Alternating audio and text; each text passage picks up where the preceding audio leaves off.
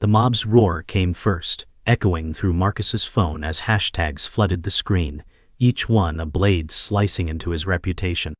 He whispered, "It can't be true," but the world had already decided otherwise. Notifications exploded like gunfire, each headline more vicious than the last. Brands cut ties in seconds, leaving him stranded in the rubble of a career he had built with sweat and years. Marcus scrolled, trembling, watching his name become a spectacle. People who once cheered now jeered, their laughter sharper than knives. The betrayal burned deeper because the accusation was a lie, but no one cared about truth anymore. A digital crowd demanded blood, and he was the offering. The weight crushed his chest, his breath shallow, heart racing as he muttered, "Please, someone believe me." Yet silence answered louder than screams. In that instant Marcus knew, everything he loved was already burning. The hashtag spread like wildfire, leaping from one platform to another, fueled by strangers who had never known Marcus.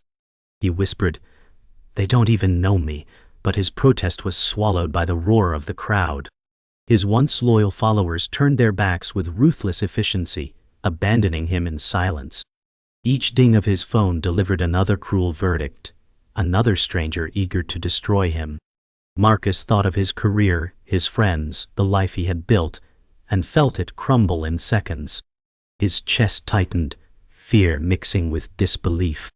Alone in the dim apartment, he muttered again, "Please, someone believe me," but the universe gave no answer. Instead, the rain beat harder, as if mocking his desperation, and Marcus realized this storm would not end soon. The betrayal cut deeper when Marcus noticed familiar names among the mob. People he had trusted now posted cryptic statements, distancing themselves to save their own skins.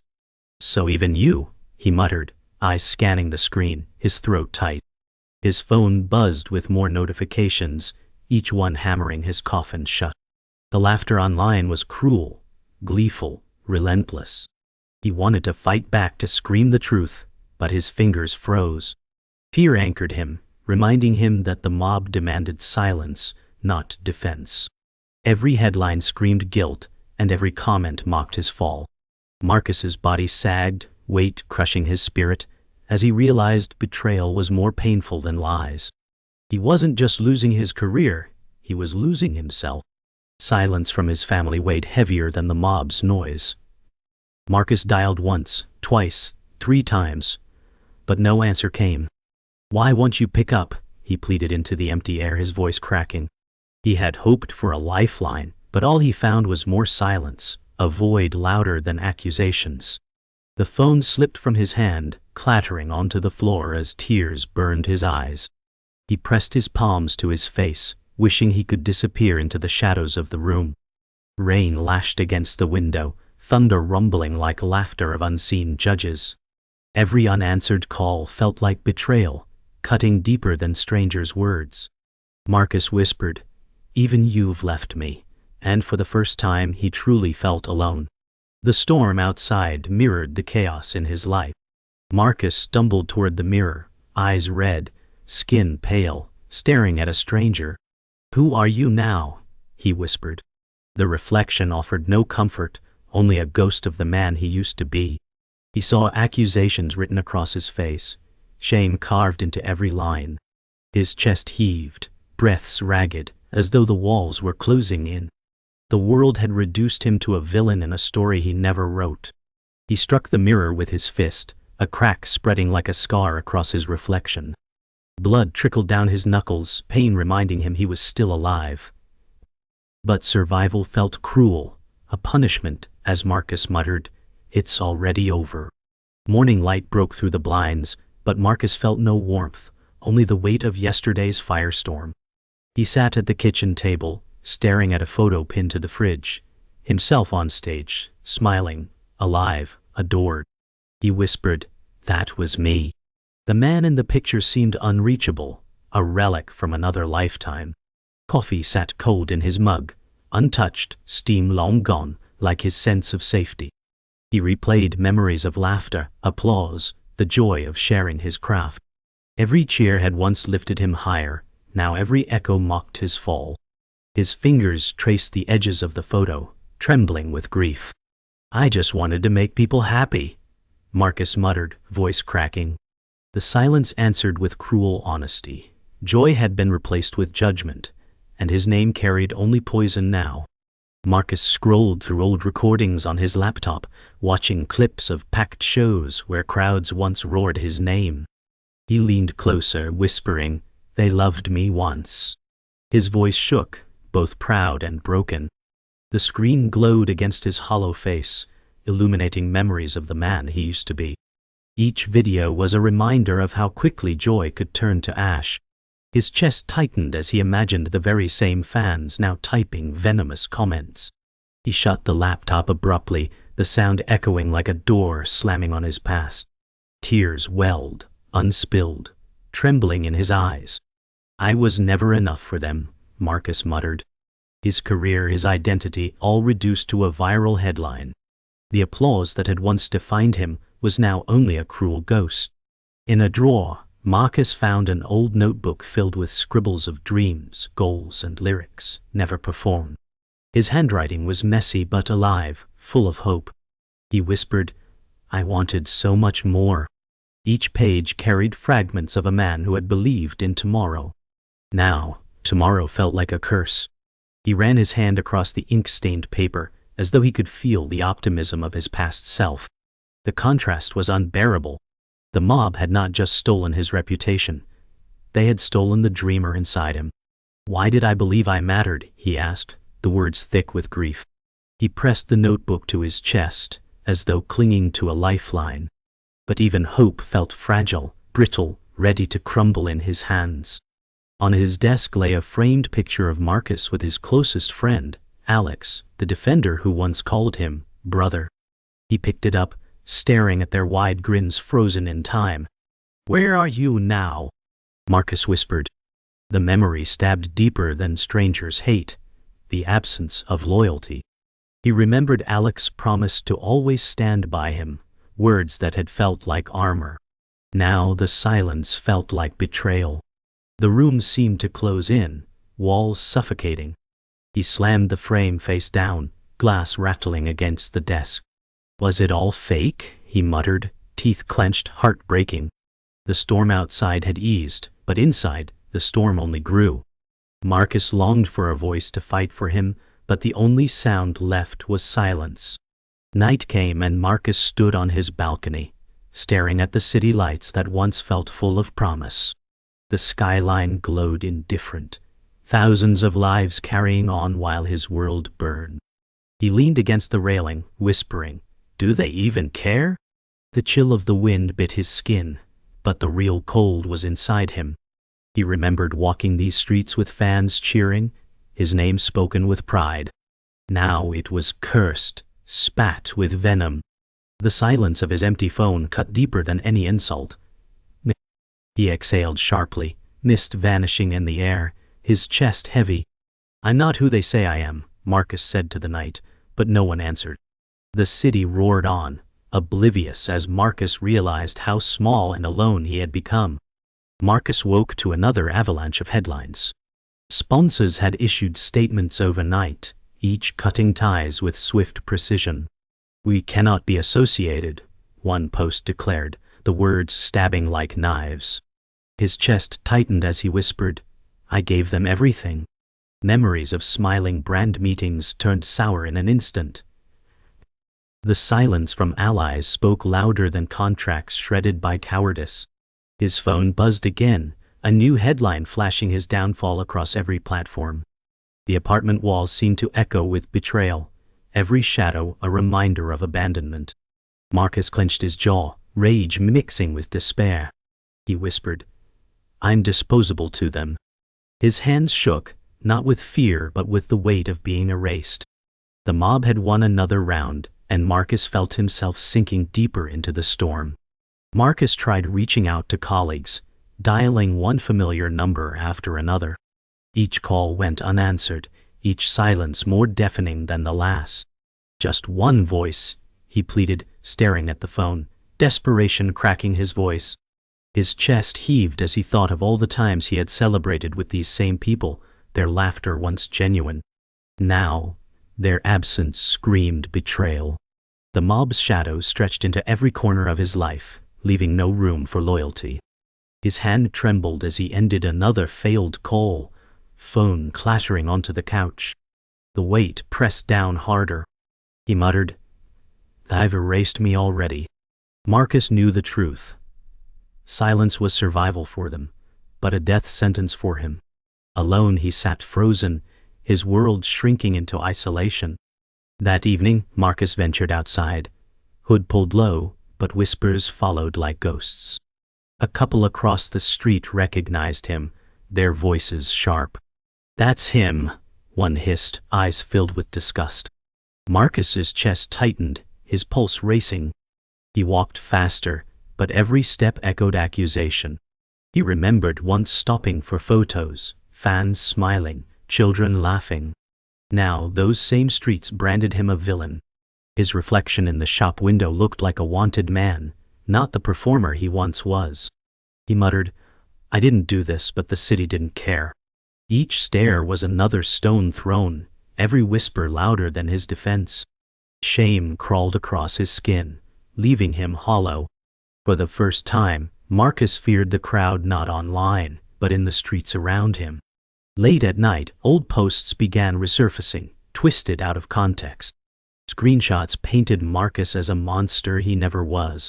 His phone vibrated violently with each new notification, headlines flashing accusations stacked like bricks in a prison. He whispered, "This isn't me," gripping the phone as though he could crush the lies. His chest burned with helplessness, every post a reminder that truth no longer mattered. The mob didn't care about context, only spectacle. Each new accusation layered over the last, burying his voice deeper. His head dropped into his hands, tears searing his cheeks. The storm online had become relentless, a tide determined to drown him. Marcus muttered, "They've decided who I am," and for the first time he felt himself breaking under the weight. The cruelest cut came from his own blood. His sister posted a cryptic line, "Sometimes silence speaks louder than defense."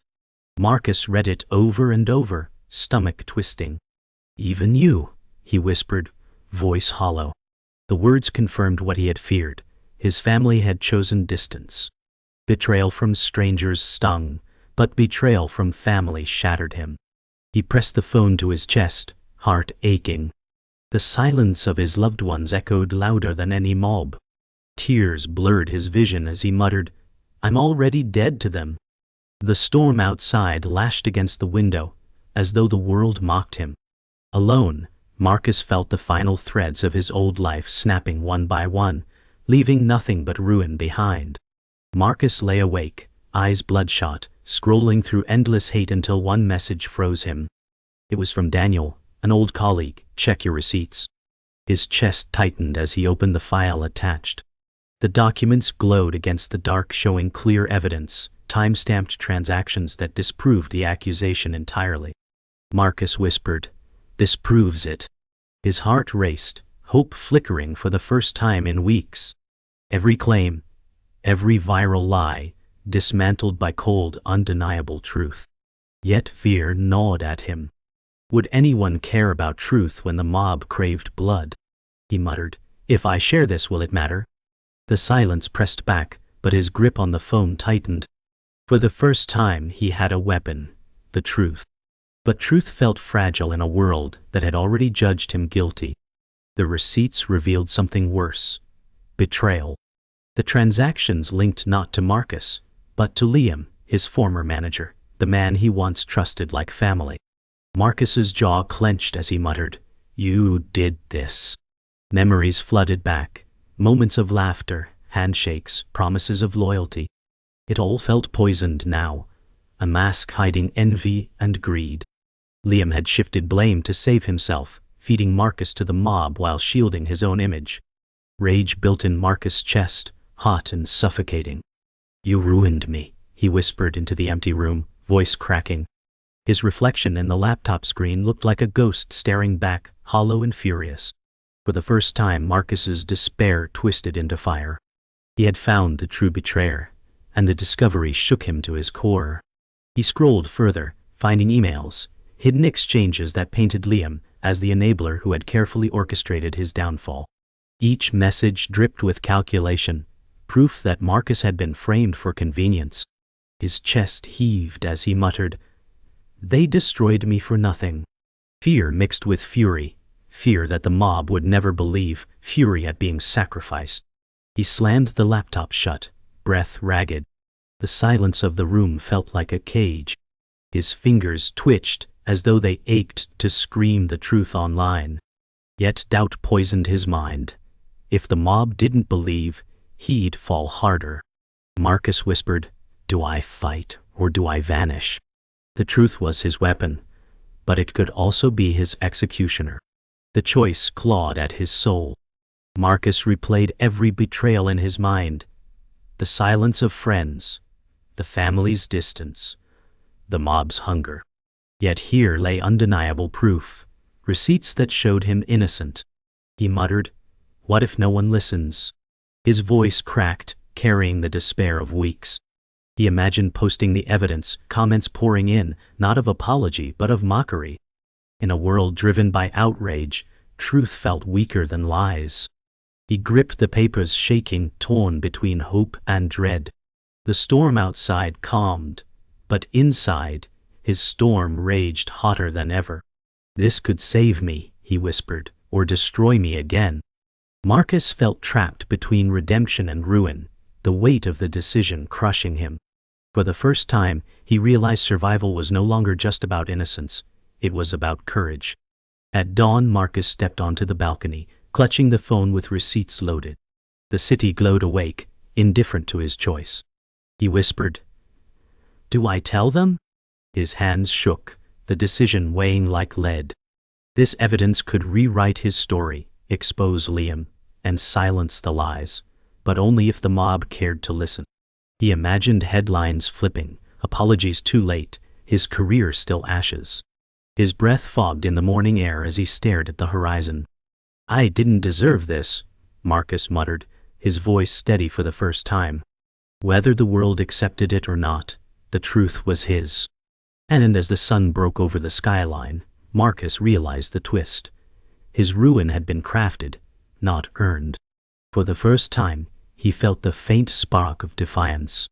Marcus sat trembling at his desk, receipts glowing on the screen, the truth undeniable. His heart pounded as he typed, uploading proof that dismantled the lies. "Let them see," he muttered, fingers shaking with rage and fear. Each keystroke felt like striking back at the mob that had burned him alive.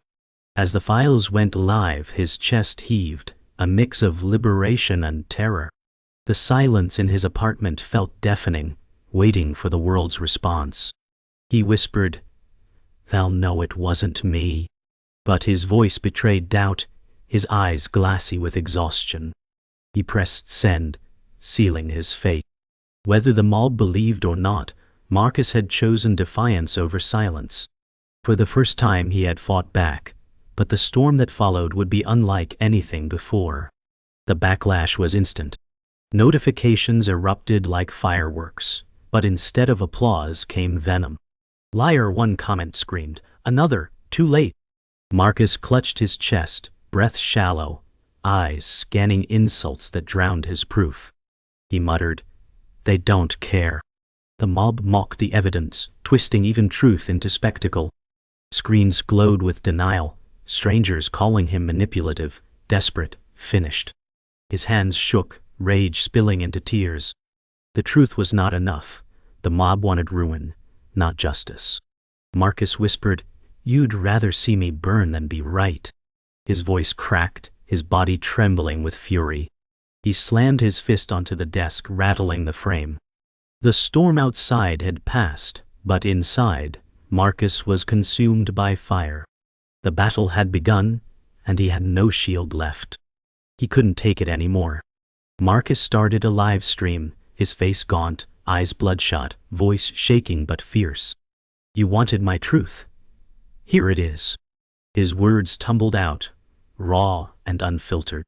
He showed the receipts, exposed Liam's betrayal, every document flashing on the screen. His voice cracked with pain, but rage sharpened every word. "You destroyed me for nothing," he roared, pounding the table. His chest heaved, hands trembling, sweat dripping down his brow. The chat flooded with chaos, some defending, most mocking. Marcus's voice broke into sobs, but he pushed through. "I am not who you say I am." The world watched a man unravel, live, truth and agony colliding. The climax was here, uncontainable, unrelenting, Marcus against the mob. As Marcus shouted, "Liam betrayed me," his voice cracked, raw and jagged. He slammed the receipts against the camera, shaking them as proof. His tears smeared across his face, sweat shining under dim light. For a moment, silence filled the stream, then chaos erupted. Thousands of viewers poured in, comments flying faster than he could read. Some gasped, some defended, but many hurled fresh cruelty. Marcus's throat burned, his body quaking under the weight of rage. He muttered, "I can't do this anymore," even as he shouted louder. The screen blurred with tears, his vision spinning. The confrontation with the mob had broken into meltdown, and Marcus was unraveling before millions. His pain was naked, undeniable, and the world devoured it live.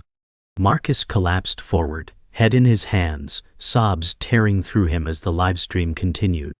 His voice cracked, "I just wanted to be heard." The chat scrolled mercilessly, comments a blur of love, hate, and disbelief. His body trembled, breath uneven, chest pounding against the weight of exposure. For a fleeting second he looked up, eyes blazing, and muttered, "I won't be silent again." It was both a vow and a cry for help, defiance woven with despair. The mob had forced him to the edge, but he had chosen to face them. His reflection in the laptop screen looked broken, but unbowed. This was his climax, the cliff edge where survival and destruction collided. The world had seen him shatter, and it would never forget. The livestream ended, leaving Marcus in silence, the weight of his own voice still ringing in the air. His hands shook as he closed the laptop, the room dim and stale with the smell of sweat and tears. He whispered, "Did I save myself or bury myself deeper?" But the walls offered no answer. Outside, the storm had passed, dawn painting streaks of gold across a wet city that looked reborn while Marcus felt like a ruin. He thought of his family, their silence now permanent scars, and of his friends who had once laughed with him, now faceless cowards hiding behind self-preservation. The truth sat heavy on his desk, receipts, emails, undeniable proof, yet he realized proof mattered little in a world that thrived on spectacle. He muttered, "They don't want truth, they want fire." His body trembled with exhaustion, every bone aching under the weight of betrayal and exposure. He stared at his cracked reflection in the darkened screen, a ghost staring back, broken but unbowed. For the first time, Marcus understood. The battle was never about innocence. It was about survival, and survival would not mean victory. Marcus walked the city streets later that morning, hoodie pulled up, face hidden in shadows. The world moved on around him, strangers bustling past without care, while his name still burned online. He whispered, "I used to belong here," but the words dissolved into the hum of traffic. Billboards he once dreamed of being on towered above him, their bright colors mocking his invisibility. He felt both exposed and erased, at the same time, a man walking among thousands yet utterly alone. Every corner carried whispers, every reflection in glass storefronts, showing him as a stranger. He thought of the career he had built, of the joy once tied to these same streets, and the memories pressed into him like bruises. His chest ached with every step, lungs heavy with the weight of knowing he could never return to who he was. He muttered, "They've taken more than my name." The city offered no comfort, its energy oblivious, alive, while Marcus was caught in a slow death of reputation. Yet somewhere deep inside, he realized he was still walking, and walking meant he had not yet fallen. Back in his apartment, Marcus sat on the floor surrounded by receipts, screenshots, and scribbled notes, as though arranging evidence for a trial that would never come. His fingers traced each page, voice trembling as he whispered, "This should have been enough." His chest tightened, rage simmering beneath the despair. He pictured Liam's smirk, the opportunist who had sold him out, and he muttered, "You'll walk free while I burn." The injustice carved into his bones, leaving him hollow yet alive with anger. His phone buzzed once, a message from a stranger who wrote, "I believe you?" His hands shook, tears welling, a fragile flicker of hope piercing the void. He laughed bitterly, muttering, "One voice against thousands." Yet it mattered, because for the first time, someone saw him as more than a villain. He pressed the phone to his chest, closing his eyes, whispering, "Maybe I'm not alone." The room was quiet, but in that silence lay the faintest thread of survival, fragile but real. Night returned, and Marcus stood by the window, staring at the city alive with lights. He whispered, "They still think I'm a monster." His reflection fractured across the rain-streaked glass. The mob roared online, but their voices felt distant now, like echoes fading into static. Marcus's chest rose and fell slowly, each breath deliberate, his body weary but grounded. He thought of all he had lost: career, family, trust, and realized survival itself was the cruelest gift. He muttered, "I'm still here," as though testing the words. His hand pressed against the glass, rain chilling his skin through the cracks of the window frame. For the first time he no longer sought the mob's forgiveness. He knew it would never come. What remained was a hollow kind of freedom, painful but his. He whispered, "They can't erase me completely," though the words felt fragile. The city lights blurred in his tears, and Marcus finally accepted. Redemption was gone, but survival remained. Marcus sat on the balcony, the cool night air wrapping around him as he stared into the horizon. He whispered, "I survived the fire, but the ashes are all I have left." His voice carried into the quiet city night. No audience, no mob, just the hum of distant traffic. He thought of the boy who once dreamed of stages, of applause, of being loved. That boy was gone, replaced by a man scarred but unbroken. He muttered, "I'll never be who I was," the words bitter but honest. The truth was out there, but it had come too late, leaving his career in ruins. Yet as he sat, he realized he had not been erased completely. His pulse still beat, his breath still rose, his voice still existed. He whispered, "They can't take everything." The stars shimmered faintly above, offering no comfort but reminding him of vastness. Marcus leaned back, eyes closed, letting the night embrace him. The resolution wasn't redemption, but it was survival, and that, for now, was enough. Marcus awoke to silence, the kind that pressed against his chest like a weight. His phone sat abandoned on the nightstand, screen cracked, its endless notifications stilled by his refusal to charge it. He whispered, "They've already moved on," but the thought carried no relief. His name had been fire, now reduced to fading smoke drifting into digital air. He rose from bed slowly, every muscle aching, his body older than his years, scarred by sleepless nights and relentless torment. He walked barefoot across the apartment, floor cool beneath him, glancing at the mirror where a crack still split his reflection in half. "That's who I am now," he muttered, staring at the broken image. Not villain, not victim, but fractured beyond repair. He thought of the boy who had once dreamed of stages, the man who had built a career with laughter and joy. That boy was buried now, under hashtags and betrayal. Marcus placed his hand against the glass, whispering, "I wonder if they'll even remember me." The mirror stayed silent, reflecting nothing but a man erased. Later that day, Marcus wandered to a quiet cafe, tucked into a side street, a place where no one knew his face anymore. He ordered black coffee, voice hoarse, hands trembling as he passed the bills across the counter. He sat by the window, sunlight spilling onto chipped wooden tables, watching strangers laugh, work, and exist with ease. He whispered, "They live without scars." Every sound in the cafe felt distant, muffled behind the fog of his thoughts. He remembered when his presence drew eyes, when his name opened doors. Now, he was invisible, just another tired man nursing coffee. The anonymity stung, but part of him craved it, a chance to exist without judgment. He muttered, "Maybe this is freedom," but bitterness curled around the words. He sipped the coffee slowly, its bitterness matching his own. For the first time, Marcus felt what life beyond fame could be, hollow, lonely, but survivable. Yet survival carried no joy, only the shadow of what had been stolen. As evening fell, Marcus walked along the riverbank, the city glowing behind him, reflections rippling in dark water. He whispered, "I used to be part of that light," staring at the skyline he once dreamed of conquering. The air was cool, carrying scents of wet stone and exhaust. Couples passed by, their chatter carrying warmth he could not feel. He stopped at the railing, gripping cold metal, knuckles white, chest heavy. He thought of Liam, of betrayal that had reshaped his world, and muttered, "You're free while I drown." Rage surged briefly, but exhaustion drowned it. The water's black surface mirrored nothing, a void as empty as his future. Yet Marcus stood there, breathing, refusing to vanish.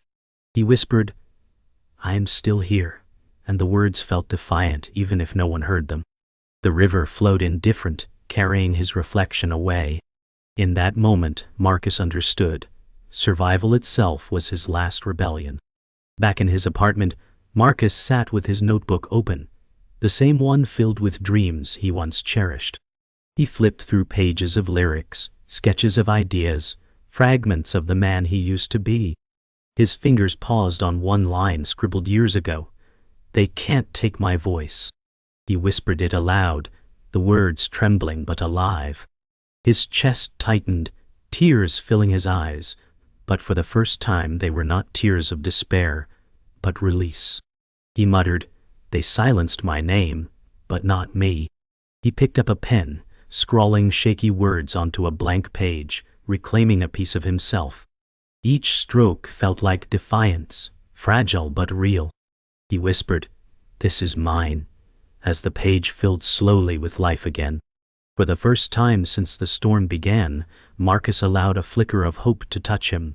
It was not redemption, not victory, but the beginning of something new, something that belonged only to him. Night cloaked the city, and Marcus stepped once more onto his balcony, the horizon stretching infinite and uncaring. He whispered, "They took everything, but they couldn't take me." His voice was low, steady, carrying the weight of scars and survival. The skyline glittered, indifferent, but he no longer needed its approval. He had been broken, betrayed, erased, yet here he stood, breathing, existing in defiance of erasure. His eyes burned as he stared into the darkness, fists loosening at his sides. He whispered, "Let them forget," the words cutting like glass. Silence answered, but it no longer suffocated him. For the first time Marcus felt the quiet was his, not theirs. The mob would move on, Liam would prosper, apologies would never come, but Marcus remained. He leaned forward, voice breaking into a whisper sharp as steel, "I survived your fire, and that's enough to haunt you." The line cut through the night, final, haunting, unforgettable.